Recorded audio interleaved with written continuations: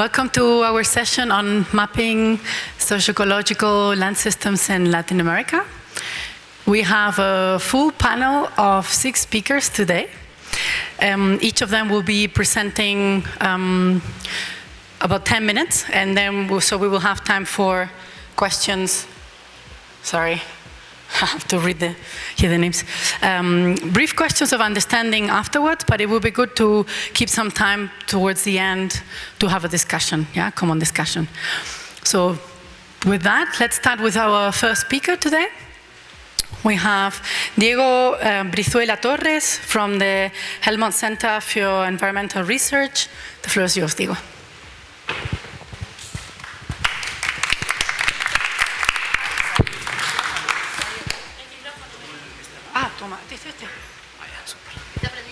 Sí, está prendida. Hi everyone, and thanks all for being here. So today I'll talk to you briefly about some of the work that I've been doing as part of my PhD. My overall topic is socioeconomic drivers of deforestation in the Amazon and their links to governance changes. So I think I don't need to tell you much about this, but we know that the Amazon is the largest and best preserved tropical rainforest in the world. Here we can find about 1/10 of all living species. It was relatively well preserved until the 1970s, approximately. It's shared by 8 Latin American countries and a French department, and is home for a diversity of human livelihoods and indigenous groups. So, what has been driving deforestation in the Amazon? There's a lot of literature analyzing specific drivers at punctual sites. So in general, we can say that the most persistent drivers of deforestation can be identified, but their spatio-temporal dynamics and their changes in importance through time are not that well understood.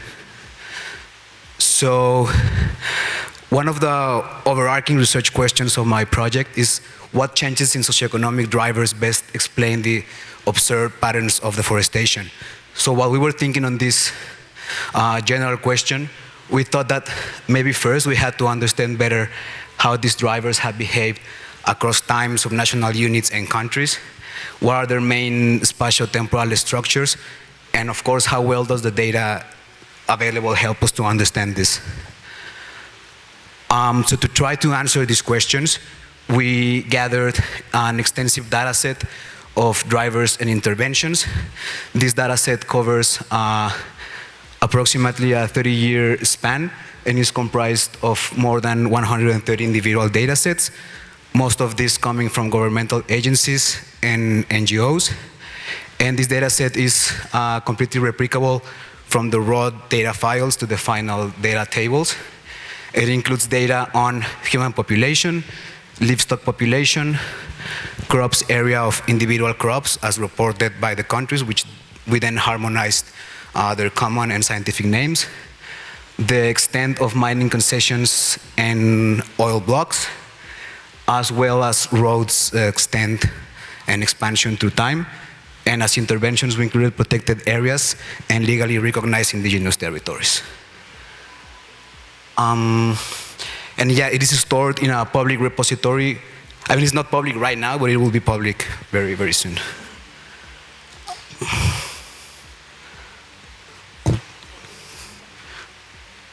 Okay, so this is the story area where we are working. It's made up of 128 subnational units that we gather data for and analyze in the way I'll explain next. But we also included data for some parts of Venezuela, Guyana Francesa, Guyana, and Suriname. We are working with subnational administrative jurisdictions as our study units because most of the data is aggregated this way, and because it links more directly to policy implementation. And we used first-level subdivisions for all countries except in Brazil, where we gathered the data at this doesn't. Yeah. No, but el puntero no sirve, ¿va?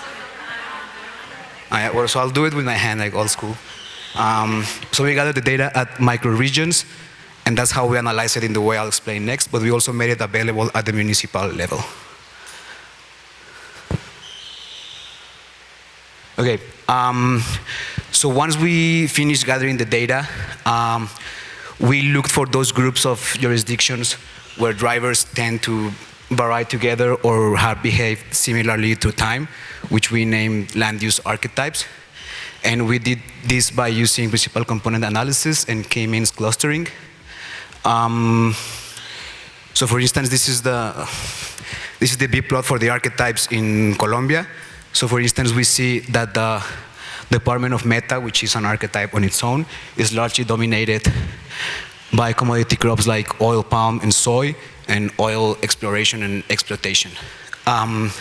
So once we define these archetypes or patterns, we analyzed how they have changed through time, at which time they emerge, what variables dominate them, etc.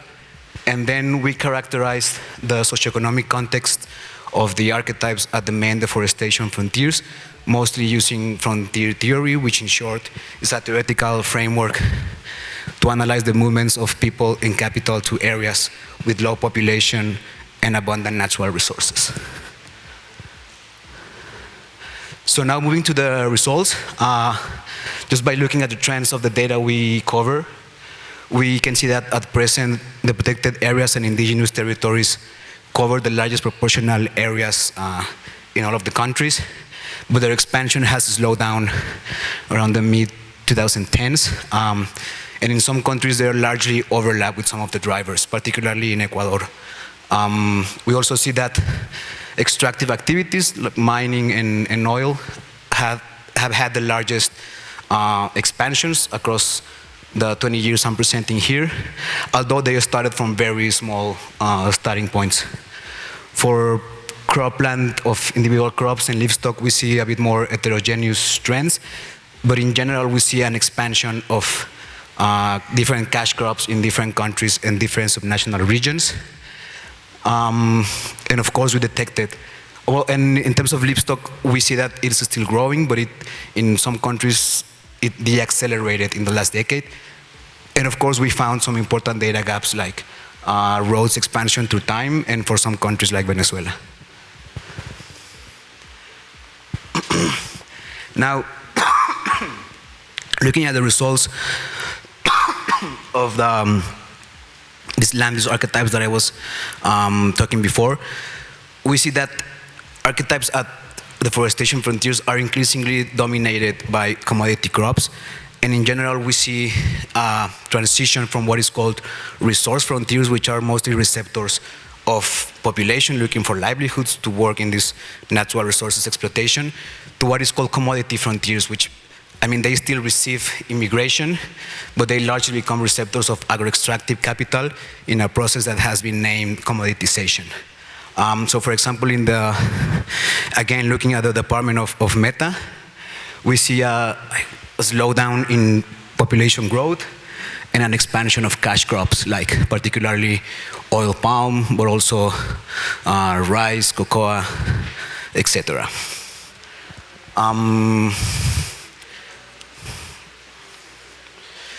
Yeah, so once we looked at the archetypes dynamics, in general, we see this emergent pattern of frontier commoditization that I mentioned before. However, these forces of commoditization are mediated by subnational contexts, such as the development of agricultural and extractive industries, internal migration, armed conflicts, etc. So these different levels of commoditizations that we observe, as I was saying before, have been observed locally at punctual sites, but we're also showing that they also emerge from long-term extensive data across most of the Amazon. And I'm not going to go very deeply into the potential social impacts of this, but there's a lot of evidence saying that export-oriented commodity industry commonly blend poorly with local economies, which means that the profits from these industries will very likely do little to improve the livelihoods of the local populations. And lastly, to talk about how useful the data we gathered is, we realized that there is a lot of there's a lot of data, but it's highly dispersed and poorly systematized. For instance, just to give a quick example, I found the polygons of oil blocks. I don't remember if it was Colombia. I think it was Colombia. Sorry if I'm saying something not very accurate. But there were the polygons in one site, and they had like the contract number, but this contract number was not associated to the date where the contract was granted. But if you look manually in other databases, which in this case was from a foundation called Fundación Jubileo, there they had the dates of the contracts. So if you just find the two pieces of data and put them together, you can have a richer data set. So yeah, we think there's a high potential to gather this kind of data to support the understanding of the links between direct and indirect drivers. Yet we found some important gaps. As I was saying, road expansion. We also missed the dates of the contracts of some oil blocks and mining concessions in Bolivia, for instance. Of course, illegal mining to time. And we also find some inconsistencies in the data that we found hard to explain, but we did our best to document them thoroughly so that this data can be useful for other researchers working in this type of topics and to the general public. So that's it from my side. Thank you.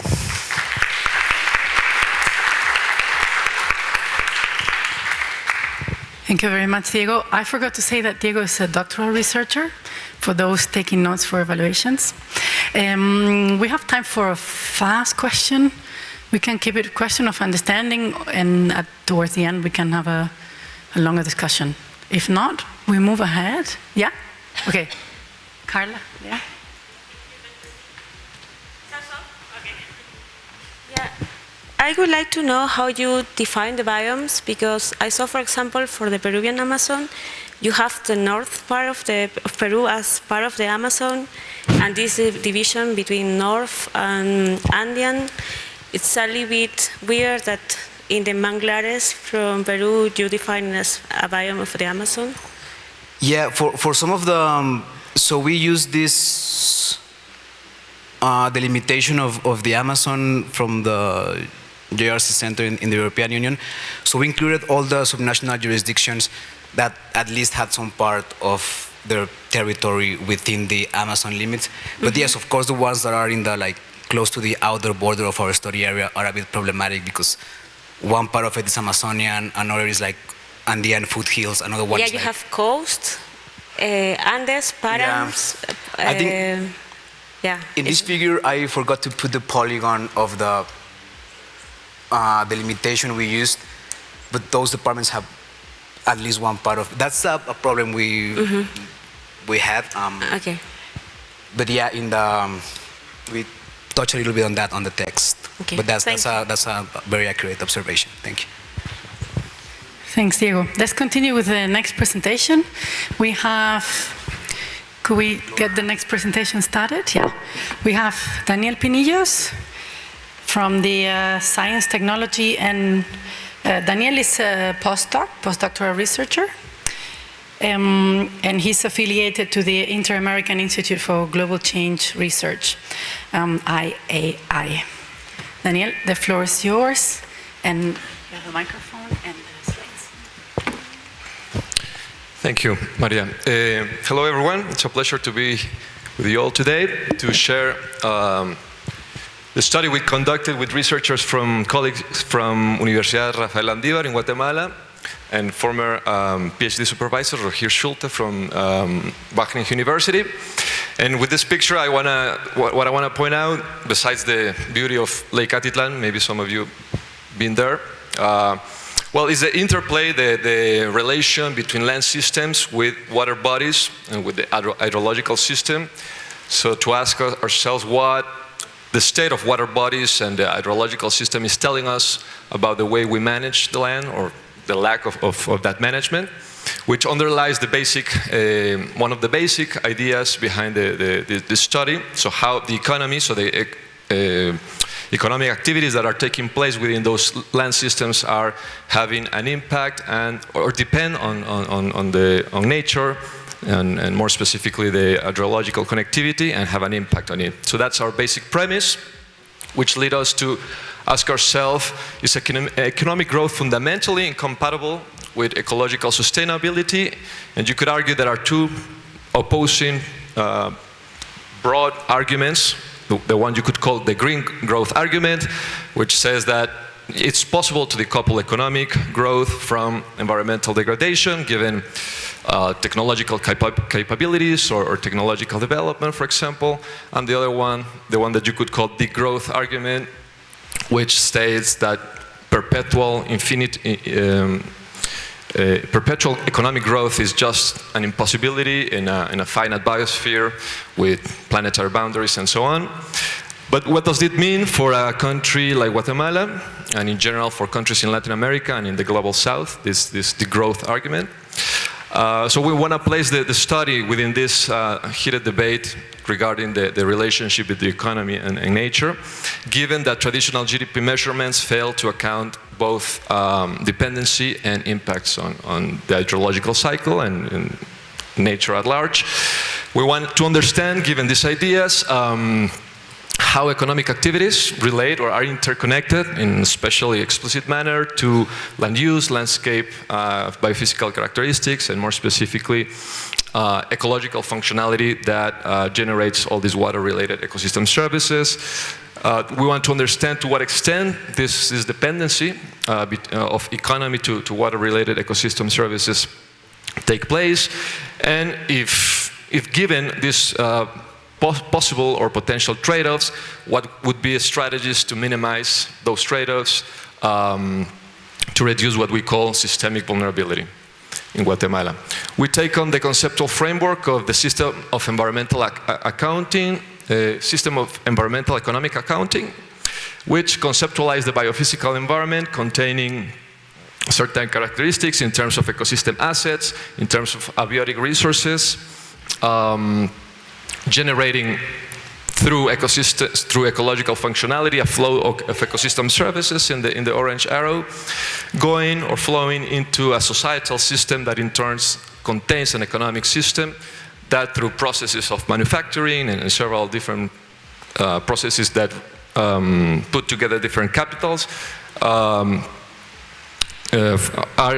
inputs to generate what it's called within this framework SNA benefit, which stands systems of national accounting, which is basically the goods and products that are produced and that make up for that figure of the GDP of each country.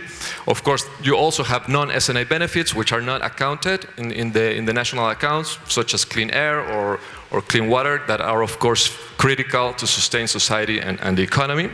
So within this framework, what we did was estimating water supply and sediment retention as ecosystem services.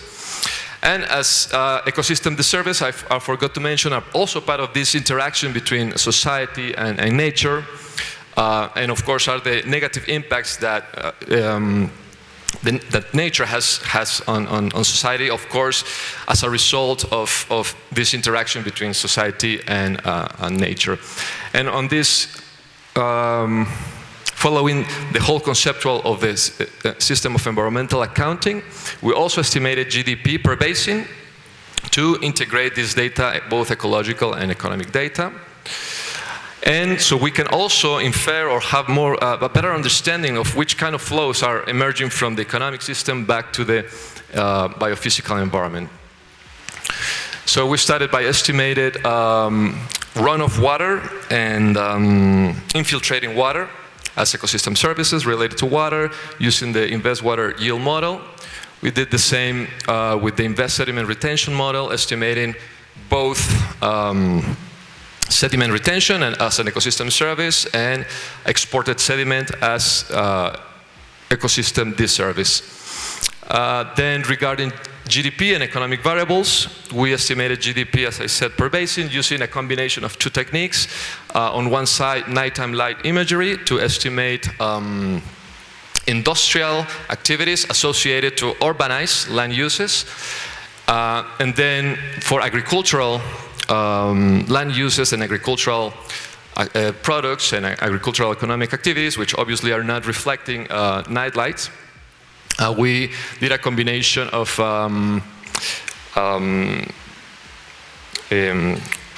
we came up with the central bank's database of products and associated the corresponding products, agricultural products, with the corresponding land use. That gave us this map.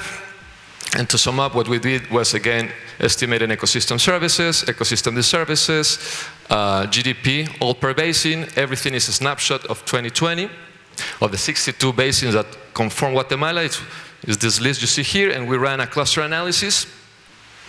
Two came up with this typology, which is our final output of this study.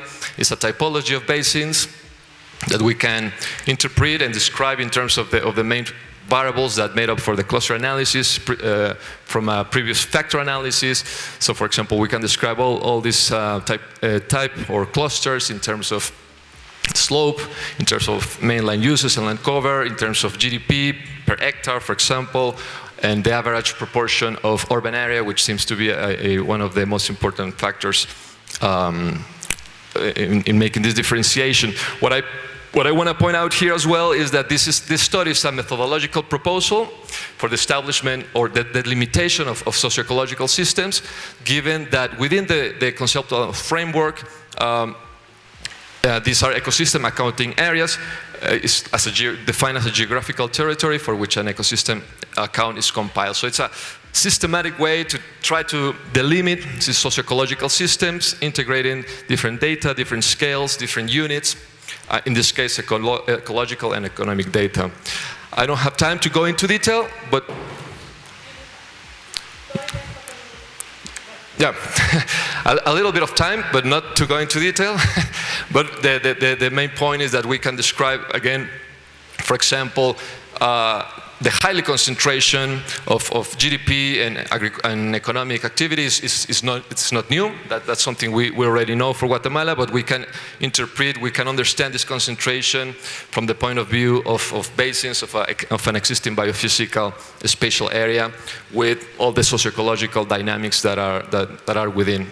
And well, similar to or opposing cases, for example, where we have vast areas of critical ecological importance and apparent low economic activity according to the GDP, which of course is not giving us the complete picture, because not all economic activities in Guatemala, actually the informal economy is a big portion. So it's also something to be cautious here.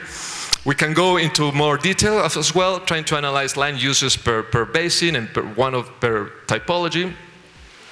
Again, to try to understand this concentration. So for example, two basins concentrate 60% of the GDP in Guatemala, but more specifically, the urban areas of these two basins, which is less than 1% of the country, concentrates this large amount, more than half of Guatemala's GDP. Obviously, this relates to the type of economic activities that take place there. These are just preliminary results, but what I want to show you here as well, on the horizontal axis, you can see here all the basins of Guatemala, the 62 basins. In green bars is basically GDP, so dollars, millions of dollars, and each one of the blue and orange lines is the ecosystem services, and you can see that regardless of the trend, the very marked trend, decreasing trend of GDP, you have different situations regarding these two ecosystem services. So the idea is that this data or this analysis can point out areas of interest or where certain interventions or certain discussions might be relevant to prioritize. This graph shows more or less the same. Each dot is a basin grouped by each one of the clusters we found. It's a simple correlation analysis. Everything that's below the red line, it's a negative correlation between economic activity and ecosystem services. Again, signaling potential trade-offs that need to go into details, zoom into these areas and see what's really going on.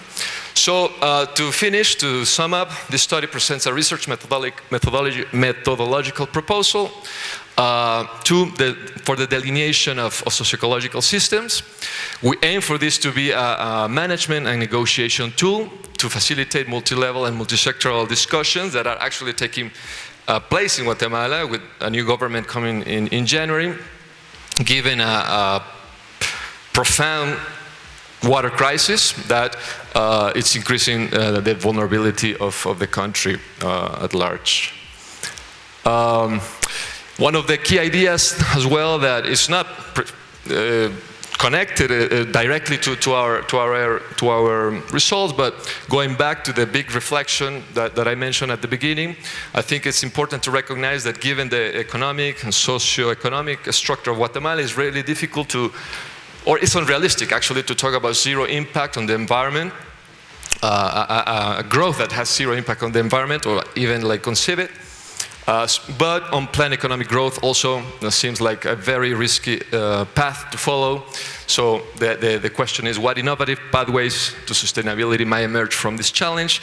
And what I mean by that is, can we plan an economic growth in a spatially explicit manner that accounts for this environmental degradation to fulfill economic and societal objectives, as opposed to what is happening now, that we are, and I have to say that with a little bit of concern and personal concern, of course, of my own country, but we're not fulfilling societal objectives, nor economic objectives, and we are depleting the so-called natural capital.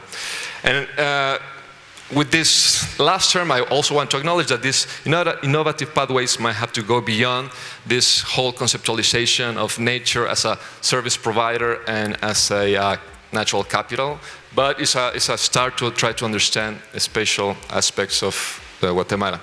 And of course, the role of landscape planning and land system science is critical to integrate different visions, transdisciplinary endeavors to come up with these potential pathways for sustainability. Thank you.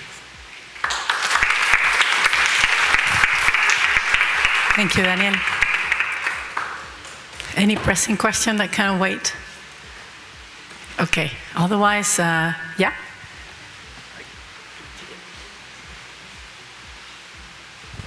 Thank you very much. You highlighted some trade-offs there between ecosystem services and GDP, but there might be also always trade-offs between scales, like some services for local people might be, costs for the national scale and vice versa. Did you account for that? Did you account for scale?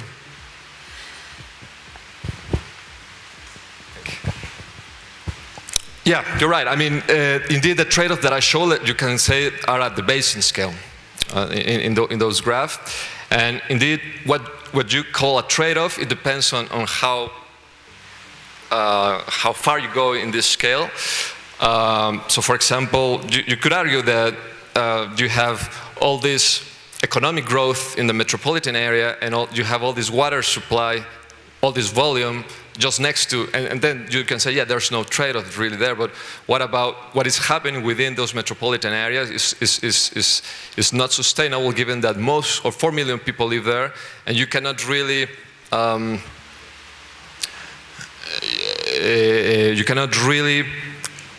be okay with the fact that you have this apparent non-trade-off between this metropolitan area just next to an area where there's a lot of water.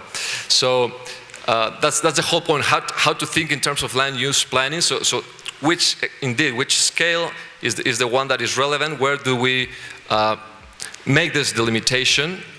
So you include the ecological processes that in this case drive the provision of water, or the supply of water, and which economic activities are likely or indeed use in make of this flow of ecosystem service. But indeed, it all depends on where you put the limit of saying this is a delimitation and therefore there's a trade-off there or not. But the idea is this is a first tool to identify the hotspots, the possible areas that are more of interest to prioritize precisely this analysis. Thanks. Okay, then let's move with our next presentation. We have, maybe you can pass the, thanks.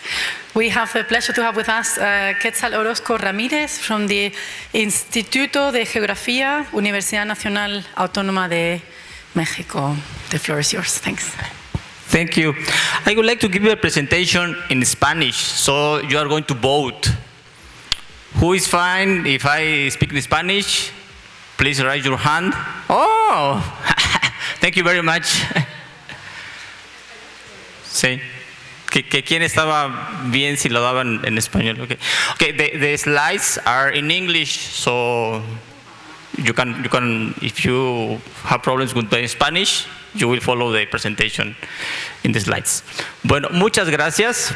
Voy a presentar un trabajo muy local, en una región muy pequeña aquí en Oaxaca, de el geoparque global de la UNESCO de la Mixteca Alta, que es una pequeña porción en el noroeste del estado. Estas son algunas fotografías de los paisajes que podemos ver en la región. Es básicamente un bosque templado con una variación durante el año, una variación ambiental muy alta durante el año, muy estacional. Y desde que llegamos a trabajar en esta región hace más o menos 7 años, nos dimos cuenta de los procesos de regeneración forestal que estaban ocurriendo de forma natural, procesos muy acelerados de regeneración natural, y nos dimos a la tarea de investigarlos. Lo que voy a presentar el día de hoy, lo que está aquí en el recuadro verde, es parte de una serie de artículos que ya hemos publicado sobre la transición forestal ahí en la región, que parte de los cambios socioeconómicos y de migración que han ocurrido en la región durante las últimas décadas. Ese es el origen de los cambios en la cobertura forestal en la región. En particular, para este estudio, lo que quisimos ver es qué factores sociales y ambientales estaban relacionados con las áreas en donde había ocurrido principalmente la reforestación. El geoparque, lo podemos ver aquí, son 9 municipios que están, como les decía, en el noroeste del estado de Oaxaca.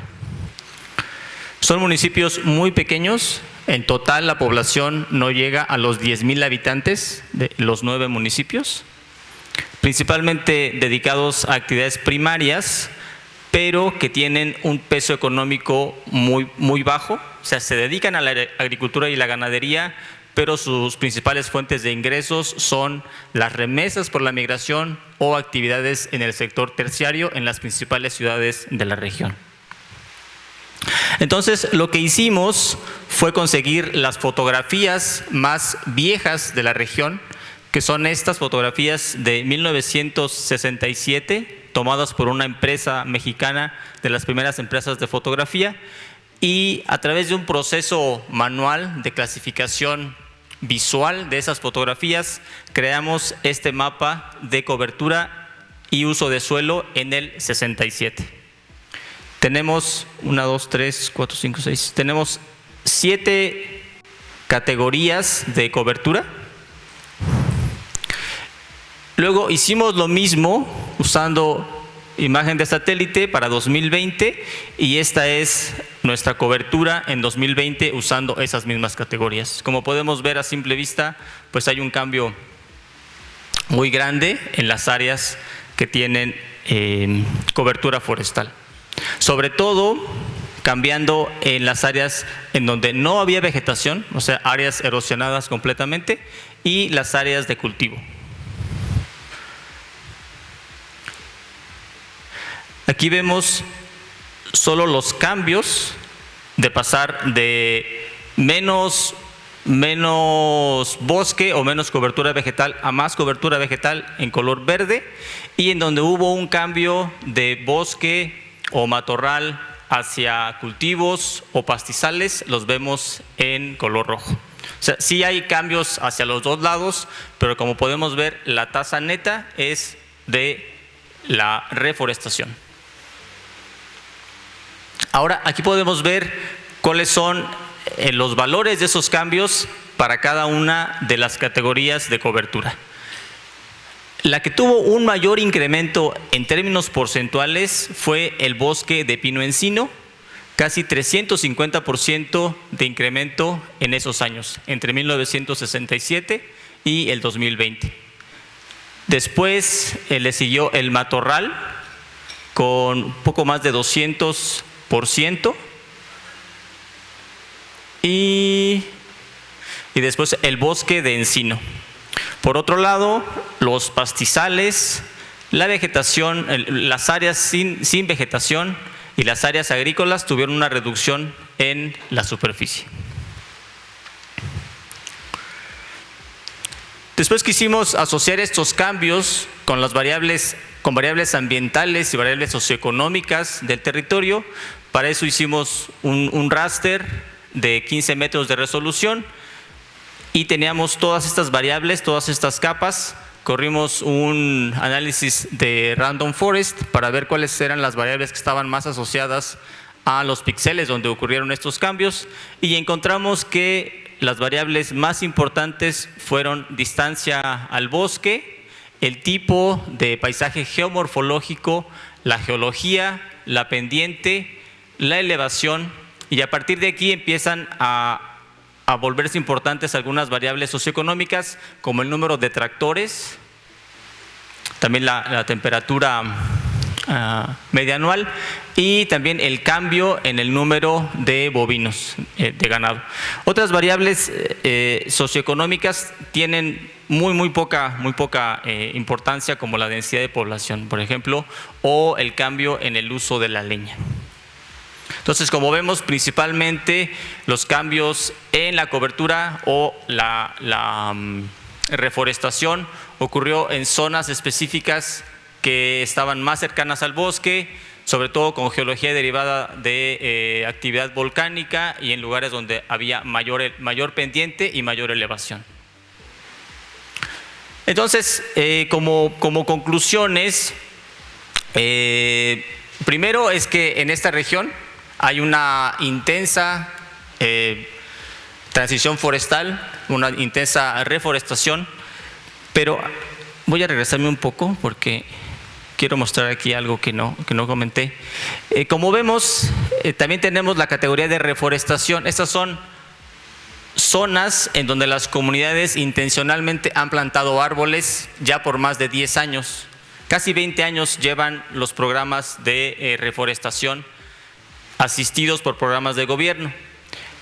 Pero la cantidad o el porcentaje, la cantidad de superficie que se ha reforestado de esta manera es muy pequeña comparada con lo que ha ocurrido de los procesos naturales.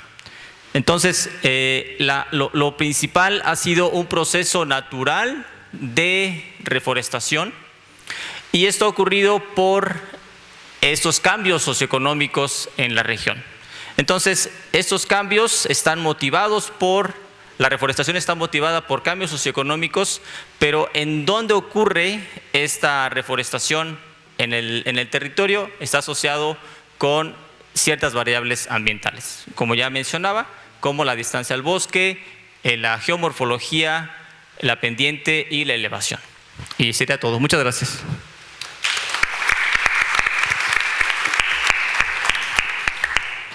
Thank you, Quetzal. Any pressing question? Yeah. Here.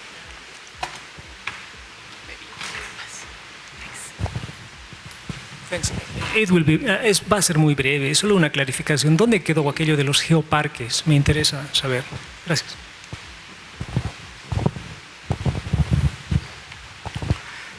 Sí, los geoparques son parte de un programa de la UNESCO, del programa de Ciencias de la Tierra de la UNESCO, que reconoce zonas que son muy importantes para conocer algo sobre la historia de la Tierra.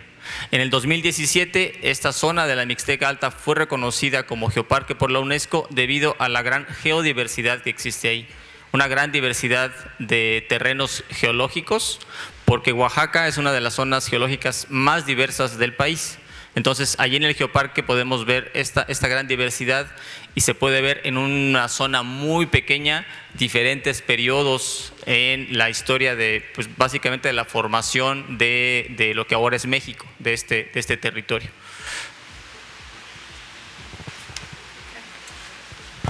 We'll have time afterwards, but yeah, for questions. Sí, gracias por su presentación. Me pregunté si la población total en la zona de Tour ha aumentado o bajado. La población total hasta el año 2000 proceso de reducción.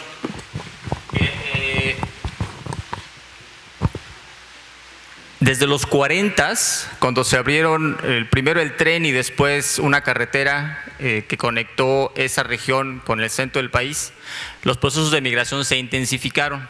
Entonces, de los 40s hasta el 2000, la población total de los 9 municipios del geoparque había venido en declive. Del 2000 al 2020, solamente, si no mal recuerdo, en 4 municipios sigue en declive, pero en 3 está en aumento y en 1 ha estado estable en las últimas 2 décadas. Thanks. Great. Okay, thanks very much. Let's move then with our next speaker. We have Arvid Trumper from the Department of Geography of Freie Universität Berlin. The floor is yours. Thank you. So, hi, thank you. Well, this presentation is part of my doctoral research at this institution. And before I start, I want to give you a bit of context. So we are working with complex systems. These are systems that have been significantly influenced by human activities, and therefore they can no longer be studied from a disciplinary perspective. So it means that they have to be studied from an interdisciplinary perspective, considering social, environmental, and economical aspects. Okay, so these systems are called social-ecological systems, and social-ecological land systems are the spatial implementation of the social-ecological systems. And I will refer to social-ecological land systems as SELS. So my study area, it's very interesting. It's a very complex area. It's the Alto Paraná Atlantic Forest. It's one of the biodiversity hotspots most vulnerable to global change. And it is also a very culturally rich ecoregion and biodiverse. Additionally, this region is so interesting because it is the triple border with the highest asymmetry in South America between Brazil, Argentina, and Paraguay. And the last years, it has been highly deforested due to cattle and agribusiness activities, mainly. So the first objective of this research was to map and characterize through participatory methods the SELS for this study area. We use iterative method composed by feedbacks and validation. So we went to the area, talked to local people. This included local actors like experts, NGOs, forest park rangers, agroecological farmers, etc. Maybe I am missing some of them. They decided what are the important variables to characterize this area, and with these variables, we ran using the K-means clustering, clusterizations, and we got certain maps. Then we went back to the local experts and we asked them if the spatial patterns make sense or not. And based on this, we again changed the variables and so on until we got a total of 19 variables. This can be classified in biophysical, land cover management, economic, and socio-cultural. So yeah, as second part of this objective, we characterize through participatory methods. We also generate variable dispersion and variable importance to support this characterization. And for the second objective, we analyze the human and nature variability per cells to compare how these 2 aspects look in our results. And we use 2 well-known indices, the human development and the biodiversity intactedness. So here is the first result. These are the final 9 cells. They are quite diverse, and I can go back to them when the questions, also when we have the round of questions.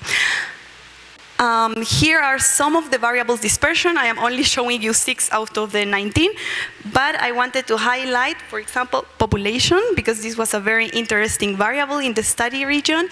So you can clearly see some of the cells are very different in population densities. slope was also very important for the different land uses that this determines in the study area. And as for the variable importance, we use the feature permutation importance algorithm. And very interestingly, so the species in the red list categories is one of the most important variables for explaining the final cells.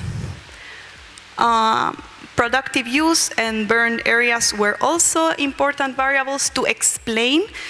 With this, I'm not saying the values are especially high per cell, but they could be especially low per cell, okay? Just to make it clear.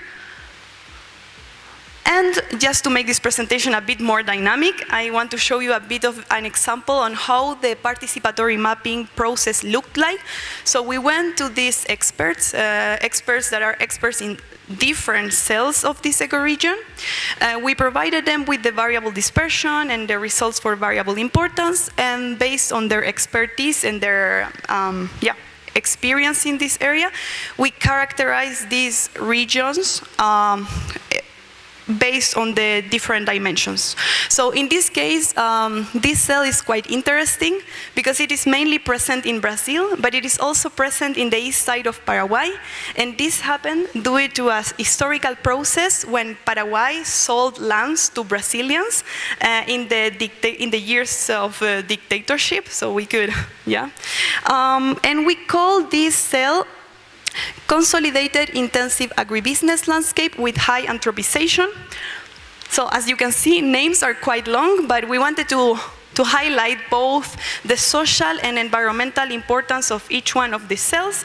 More characteristic and more descriptions are in the future paper. And here you can see also the results for the second objective. Okay, I can slow down.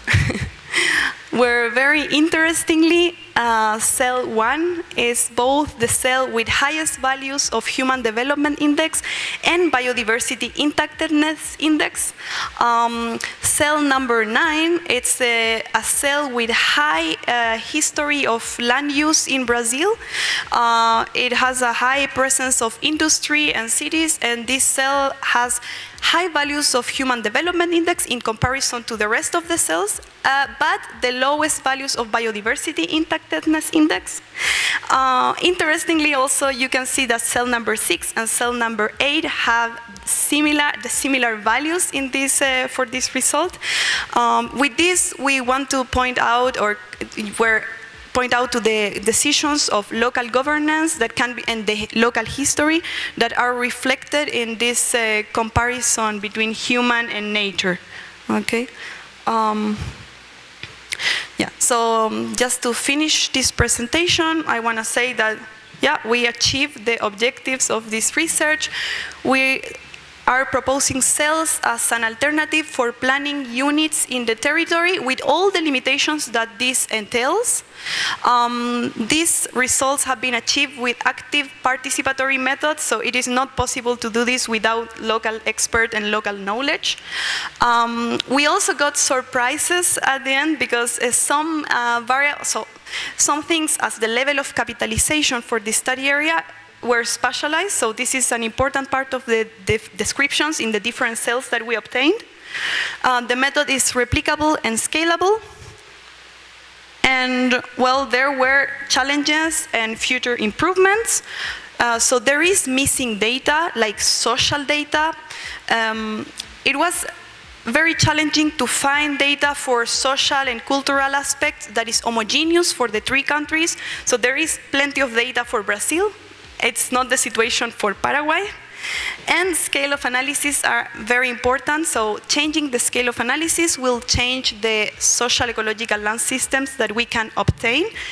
This is the case for Argentina, where we did some tests using a more fine scale of analysis, and we obtained different cells. So we have to recognize that cells carry with them huge or small diversity of processes, okay? And with this, I want to finish. I want to thank you for your attention, the Women's Funding from the Freie Universität and the Ensreuter Gesellschaft for allowing me to be here today.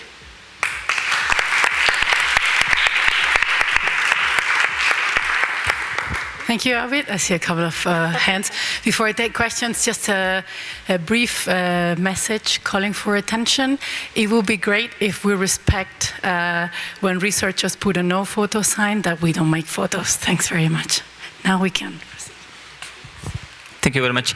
My question is, what could be the main differences between SELS and regions or regionalization analysis based on economic activities? Because when I see the SELS, most of them have like a specific economic activity or like. Okay, yeah, thank you. Very interesting question, actually. So, yeah, I mean, the results, I didn't explain all of my cells, but many of them have very different levels of intensive, for example, intensive agribusiness, it's characterizing of cell number 4, but cell number 3, it's more related with industries, and some other cells have low level of capitalization, or they are more dedicated to other kinds of activities that is not soybean, like you see in cell number 4. But the difference between economic, like an economic map or a social ecological land system, is that here we are using information from different dimensions, not only economical ones. And maybe I am missing something to add. I don't know, my co-authors are present. If they want to add something to this question, to this answer, no? Okay.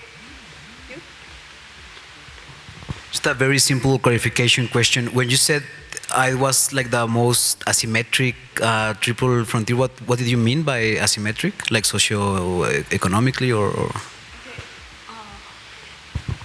I think this is a very good question, and Maria should answer because it's her paper. I can take that answer very briefly. We use 5 simple variables to characterize different borders in South America.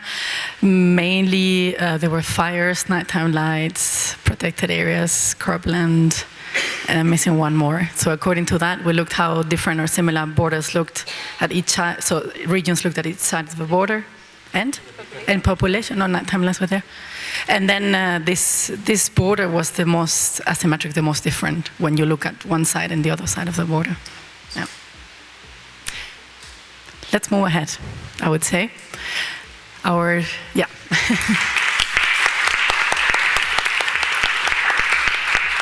next speaker is Alma Mendoza.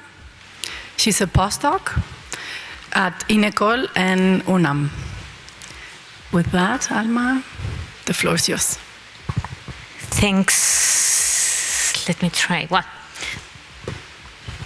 I don't know which one. Anyway, so my work, I could say that I am part of Maria and Marta's group, so perhaps you are going to see many similarities. So we are working, and the session is about that, the social and ecological systems in Latin America, and in my case, is Mexico. And sadly, I don't have final results at this point. So, for instance, we had a workshop 2 days ago, and this is a good point also, this session, for collaboration and for interchange ideas and so on. And just as a framework, and that's good, and I want to thank you, Uba, because I don't have to explain again and again the social ecological systems framework. Just I would like to say that, for example, if we think about the session in the morning, the dialogue between Tamar and Ruth, I remember that she asked in the morning, what about how can we identify these characteristics in the land systems that can be granular and that we can change of scale? Which one can be bottom-up, which can be top-down, and I think that the social and ecological framework is ideal for this. So, and also taking Diego and Daniel also with their exercises, explain and show that can be used, these things, for prioritization projects. No?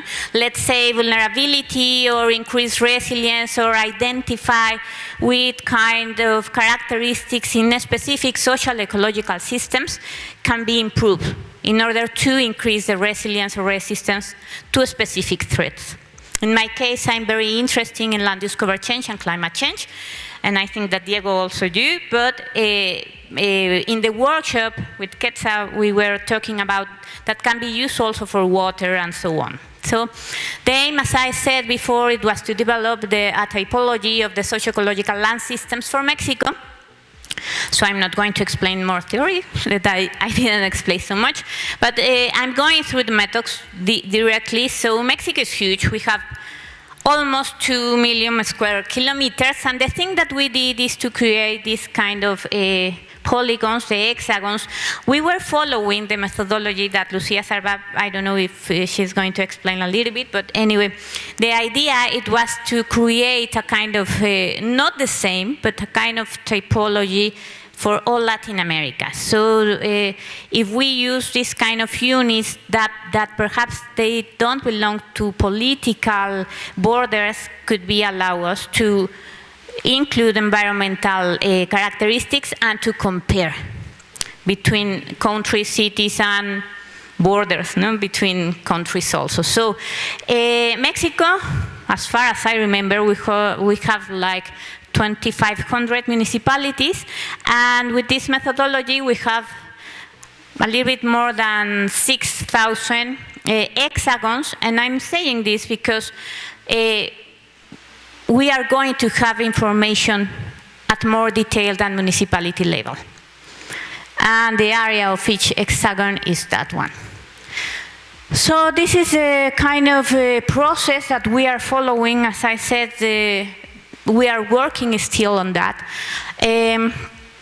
Lucía, for her typology, she uses 26 variables. Uva, 19, if I remember well. So imagine, we started with 135. We thought that if we used a lot, it would be better, but no, it was not the case.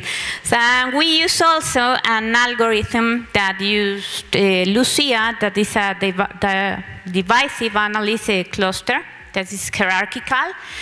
And we filter the variables. Then we, like 10 days ago, we had our first workshop to discuss the relevance of those variables. But anyway, with the filter of variables, we selected 41.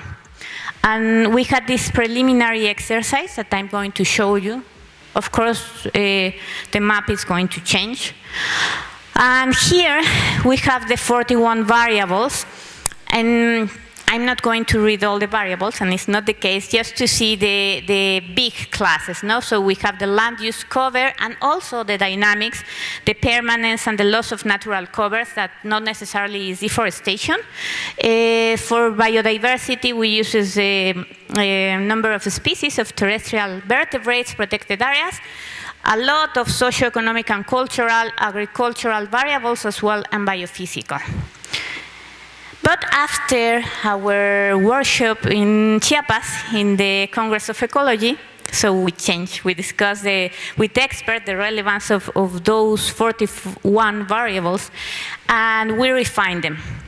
So at this point, I don't have the new clusters with this new set of variables, and it's good to say also that 2 days ago here, in the GLP, we had a second workshop to discuss about not only the variables, but also the algorithm, because perhaps we are not working anymore with Diana, and I can say why. We want to try K-means and perhaps the agglomerative algorithm. If you have ideas, could be nice. And here is the new set of variables. So instead of 49 or 19, we have 38. And Lucía is going to say that we have a lot of variables, so perhaps we are going to filter again. The distribution of those variables are here, just a subset of the 38 variables. So We are including also as cultural the number of indigenous languages, number of indigenous people, and so on, the index of marginalization, that in turn it takes into account 9 elements related to education, to incomes, and so on. The preliminary results, as I said, with the 41 variables are those. Here I have the first SELS, the second, and so on, and I think this is better. With this information, we can characterize, as Uva showed us, the main, for example, in terms of ecosystems. Here I see that these socio-ecological land systems is split into main ecosystems, the shrublands and the tropical dry forest. We have low precipitation, high temperature, low, because of the colors here you can see, low indigenous people and low marginalizations. And I'm not going to explain all of them, it's just to put an example, because as I said, this information is going to change. But we are hoping to have a final map soon, and that this kind of socio-ecological land system and spatialization, for example, can be useful for this. We found with these preliminary results that 4 cells that represent 65% of Mexico high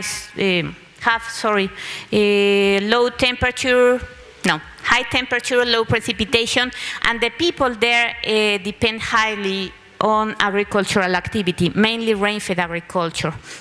So we think that these cells can be very vulnerable to future climate change conditions as well. This is the last one. I think that I have time. So I'm here to speak to you, but this project is huge, and we are working here together, and well, it's a pleasure to me to present all of them. Thank you. And finally, I would like to thank my sponsor, Future Earth, and also the Free University of Berlin. Thanks, Alma. Any short question? Or we move ahead? Okay, we can move ahead with our last presentation, which brings an interesting reflection, I think, that hopefully integrates many of the discussions or topics we have heard so far. So it's a pleasure to have with us Lucía Zarbá today. My God, Lucía, I forgot your affiliation is very long. Just Connie said? Okay, Connie said. Yeah, it's the Institute of Technological and Territorial Analysis for Habitat Production, Connie said, in Argentina. So hi, I'm Lucía Zarbá, and I'm gonna show, well, thank you all for being here, and thank you the previous presenters, because they are making my job easier, because they already presented some of what I'm gonna talk about.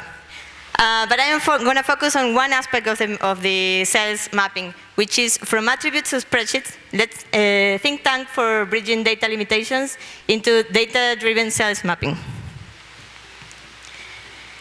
So the whole point of the SELS mapping is to identify territories that have similar profiles in terms of biological, physical, and social patterns.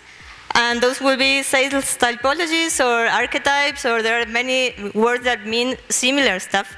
But the SELS have a particular process that follows a hybrid methodology with a very data-driven component and an expert knowledge component.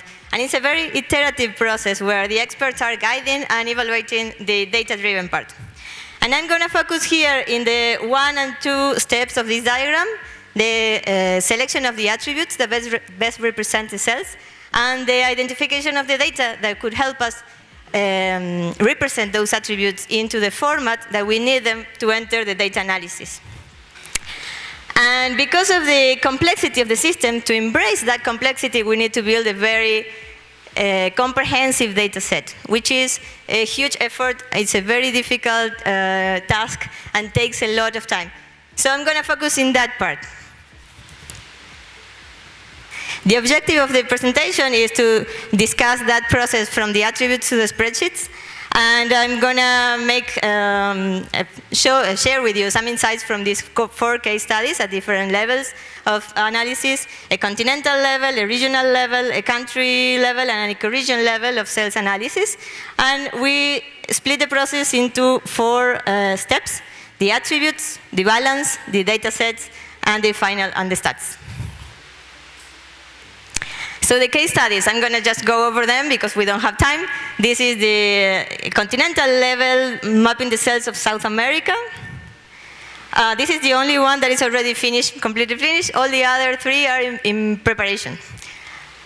Then we have the regional level, identifying the SELS of the Andes Cord, also in South America. We have the national level, SELS of Mexico, that you have just heard of by Alma in preparation, by Mendoza et al. In preparation. And the ecoregion level, Mata Atlantica, SELS that you have just heard of from Trump et al. In preparation. So what have we learned in terms of this data, building the data spreadsheet? At the attribute level, which is selecting key attributes that best describes and differentiate the SELS within a specific region. I would like to highlight here that this step is very important, and we should value as a step itself, not mix it with the data acquisition, for example, because it's a very creative process, and it needs to be broad and very free in that sense.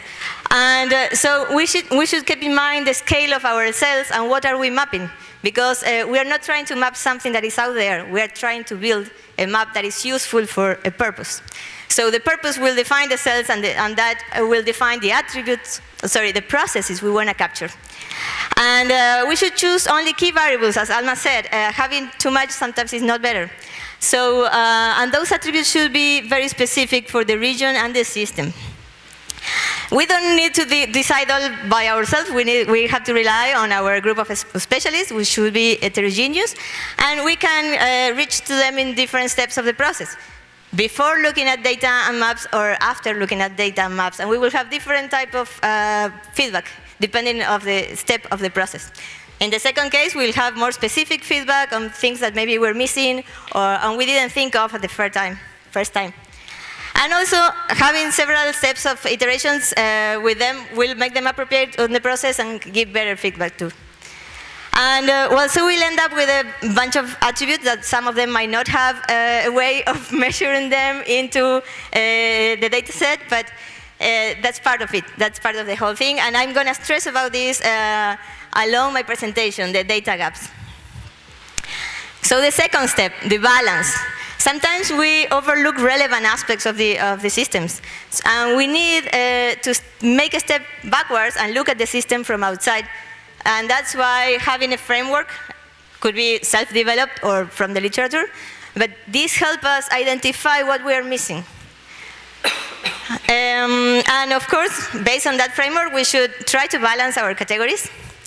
If we look at what variables we choose for the case studies, you will ask, what do these people understand for balance? Because, but we did our best, and we should do our best. Unfortunately, data gaps are not evenly distributed across the dimensions.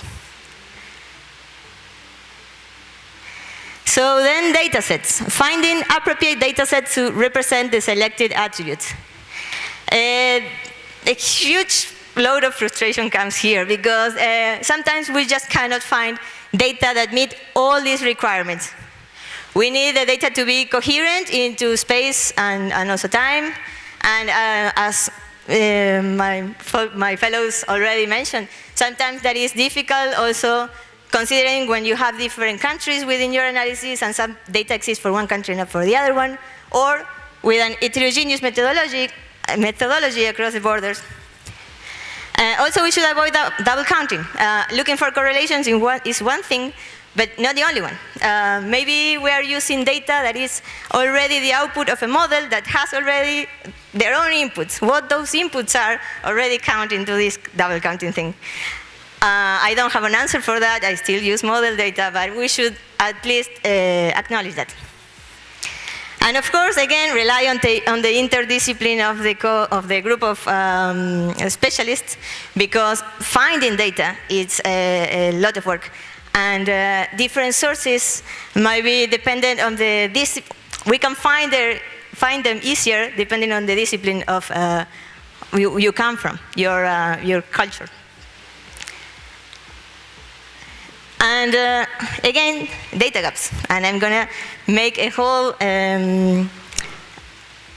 diapositive, I'm sorry, I forgot the English word. Slide. A whole slide for that, because I think it's something I would like to share. This is a lot of, as I said, frustration, because these are chunks of the system that we are not being able to capture through the data analysis.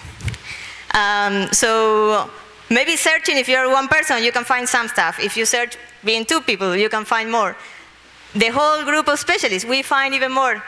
But maybe here in the audience, some people can suggest something to fill some of those data gaps related to social environmental conflicts, natural ecosystem degradation, governance at the different levels, local commodity exports, culture, which is a whole huge thing, and there is very little data in meeting these requirements that we can actually find.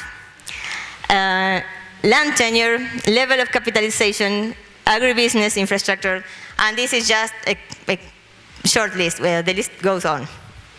I imagine you can add more to this list for sure. So the fourth step, the stats.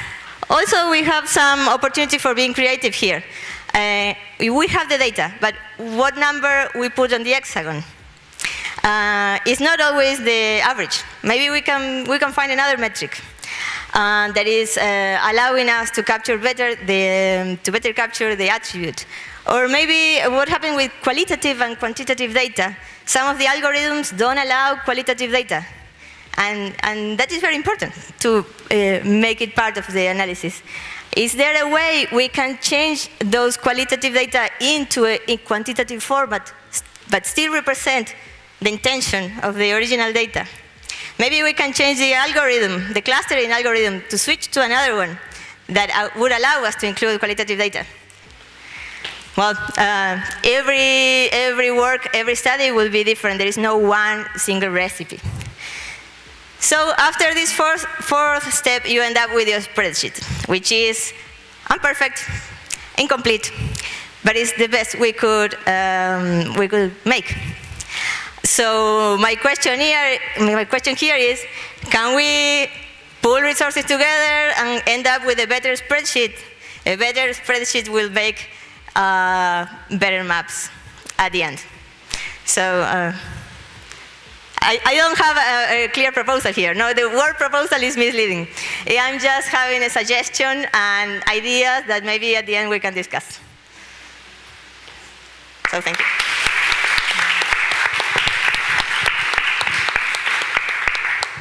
Thanks, Lucía. And I forgot to say that Lucía is a doctoral researcher as a start. With that, I think we have 15 minutes to stay within the official time for discussions. We can first address them, some for Lucía, and then open them. I have one here and one there. And maybe there's a voluntary who can help me with a microphone so I don't run so much around. Thanks. Hi, Lucía. Thanks for your presentation. I think it's very cool to have these methodological presentations, not only like showing our results, but also showing how we got there. So in the different case studies of SELS you presented, one of them is at a national scale. The other one in the end, this is like a geomorphological scale, whatever. And the other one is an ecosystem scale, we could say. So I don't know, maybe this is a very broad question, but what pros and cons do you see in working at like these different scales? I mean, because you're trying to define SELS in the same way, but at very different scales. So I don't know if you could reflect a bit on what advantages and disadvantages each scale presents. Thank you. Well, thank you for the question. Yes, the process is the same, but the challenges are different, and the opportunities too are different. When you work at the national level, for example, as Alma Mendoza showed, she had a whole bunch of variables. Because you can use census data, because you have homogeneous methodology with census data, that is a huge challenge. It will be a great source of input data for the regional level SELS, but combining the methodology from the census is, I don't know if possible, I hope it is, but I don't know how to do it. And so in that sense, when you make the scale smaller, I think it's easier to find in data, and maybe even you could gather some data by yourself. When you go to a broader scale, then it's more challenge. It's a bigger challenge there. But also you have to think of the regionalities. When you think of smaller scale cells, you can find some other more specific variables that are interesting to include there. And I don't know if my colleagues want to add something.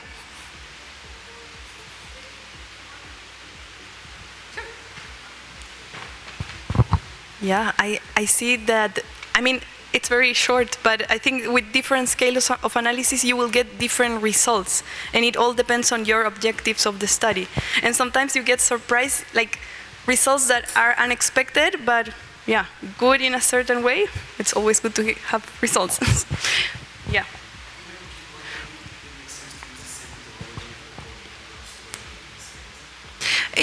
It makes sense to use the methodology, but it's a methodology that it's being adapted to the different cases of study. So if it's a national case, you will consult with the experts in a national level or in the different ecoregions in that country, for example.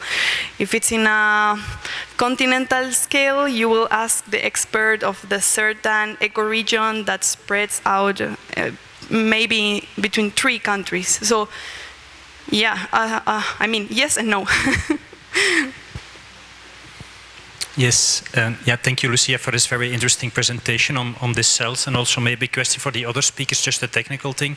Why are you using hexagons? Because I can imagine that it complicates the compatibility with remote sensing data or elevation models or all kinds of things that come in the traditional raster. So who made that choice and why? I inherit that choice, but I know the answer. You mean why hexagons are not squares? Yeah. Pixels. Well, we're mixing data from different sources, so we have different pixels sizes. We have different resolutions anyways.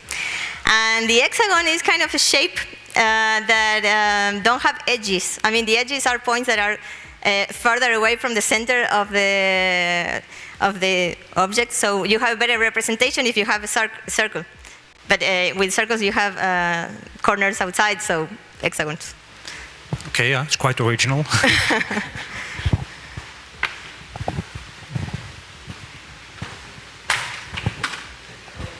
Thank you, Lucia, for your presentation. Very interesting. I really liked the list you had for gaps. And I was wondering, since we're talking about socio-ecological systems or socio-ecological land systems, whether these gaps, could you think of them or could you reframe them, or what are your thoughts on listing gaps in terms of rate and state variables as we're talking about systems? So would you say these gaps relate whether we're talking about rates or flows, in, for example, ecosystem services, or state variables regarding, for example, stock of something, so quantities, amount? What are your thoughts on that in regard your data gaps? Because was something that I immediately thought of, connected when you were talking about this. Well, thank you. I think they are all over the place. But it's also interesting that you mentioned this difference between like the stocks or flows, I mean the state variables and the changes, because we had a discussion about including variables that reflect change. And we had a very interesting discussion with a group of experts because, well, cells are dynamics. are dynamic. For sure, if we repeat the same methodology like 10 years later, we might find different cells. So including trends within the input variables, it was kind of introducing some methodological complications in there. And so we had a discussion going on with a group of experts, and we decided not to include them. But regarding data gaps, I think it's more related to the theme, the topic, but maybe we could address them in different ways.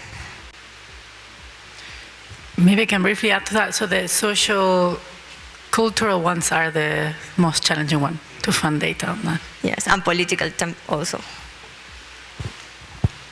Yeah, thank you. Two questions. The first one is how you cope with the differences in temporality of the data, because we don't have the census data and the environmental. They are more frequent, but you have different years. So what's the decision that you take about that? And the second is, have you thought to do the process in starting first with the experts consultation? Let's say in geography is very common the participatory mapping. Just go with the map and think about the ecological, socio-ecological systems, and then do the process about the characteristics in terms of environment and socioeconomic variables. Yeah. Well, answering the second one first. Well, my colleagues might tell you how they decided this and why and how they did it. But in the original one, just by accident, it happened the same you are saying, because it was first a publication on theoretical, conceptual cells. They didn't have a map, or they didn't propose a way of measuring or defining them. They were just conceptual definitions that I tried to forget about the definitions and split them up in pieces and make them variables, find the variables, and then try to find at the end if that matched. And it did for pretty good. And I strongly suggest having that participatory experience before. Although in the case of the cells of South America, it wasn't my decision, I just happened to find it.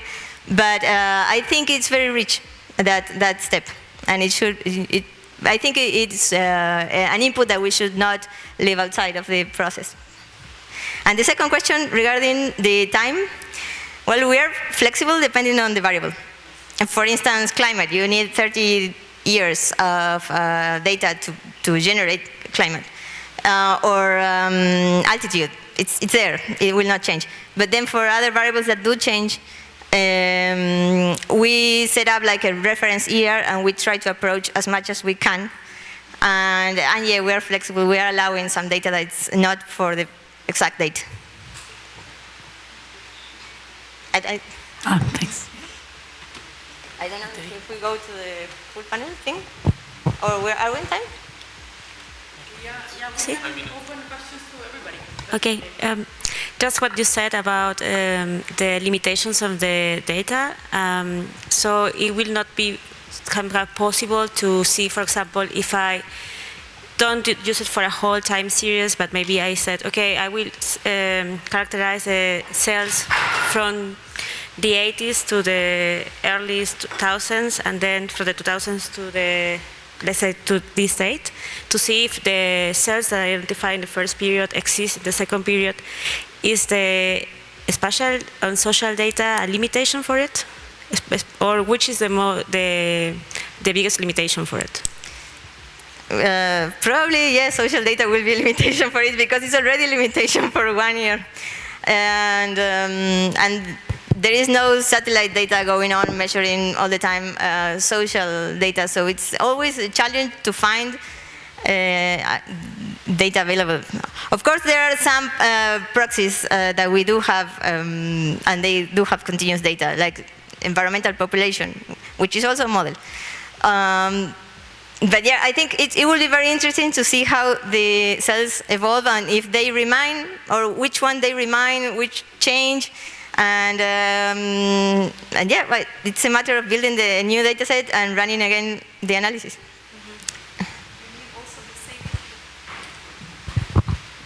I mean, it's quite challenging already to have the data for one time. You will need the same data for the previous time, or maybe data that is equivalent, but yeah, I would say it's quite difficult in these cases.